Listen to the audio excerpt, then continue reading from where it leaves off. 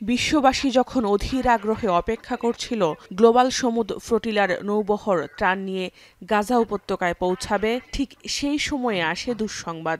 ভূমধ্যসাগরের গাজা উপকূল থেকে ইসরায়েলি বাহিনী জব্দ করে বেশ কয়েকটি নৌযান। শুরুতে বহরের একদম সামনে থাকা আলমা জাহাজ আটকে দেয় ইসরায়েলি বাহিনী। জাহাজে থাকা মানবাধিকার কর্মীদেরও আটক করে তারা।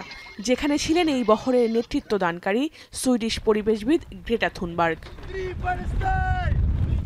এরপর একে একে ফ্রিডম ফ্লোটিলার আরও কয়েকটি নৌযান আটকের খবর আসে। এদের ইসরায়েলি বন্দরের দিকে নিয়ে যাওয়া হয়েছে বলে জানিয়েছে তেল আবিব। যদিও ইসরায়েলের কর্মকাণ্ডকে আটক না বলে সরাসরি অপহরণ বলছেন অনেকে।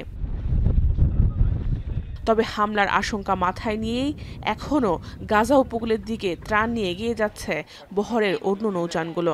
ফ্লোটিলার নৌবহরে থাকা বাংলাদেশের আলোকচিত্রী শহীদুল আলমের নৌযানটিও এগিয়ে যাচ্ছে গাজার দিকে। এখানে জড়ো হয়েছি, সবাই উদ্বিগ্ন। ইসরায়েলের কর্মকাণ্ডে ক্ষোভে ফুঁসছে বিশ্ববাসী। এরই মধ্যে ইতালি, তুরস্ক, গ্রিস, তিউনিসিয়াতে ব্যাপক বিক্ষোভ হয়েছে। তুরস্কে ইসরায়েলি দূতাবাস ঘেরাও করে বিক্ষোভকারীরা এবং শিগগিরই আটক মানবাধিকার কর্মীদের ছেড়ে দেওয়ার দাবি জানায় তারা।